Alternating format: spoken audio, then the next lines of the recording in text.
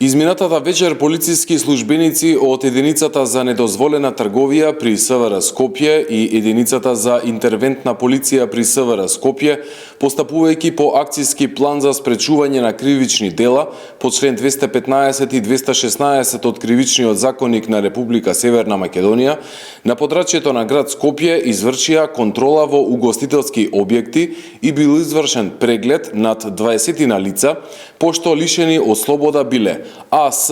ФА, НС, АА, сите од Скопје, АМ од Битола, ДГ од Куманово и ММ од Гостивар, како и еден малолетник од Скопје, поради тоа што кај нив биле пронајдени кокаин, амфетамин, марихуана и бела грудчеста материја. По целосното документирање на случајот ќе следат соодветни поднесоци. Заселените контроли продолжуваат и во наредниот период.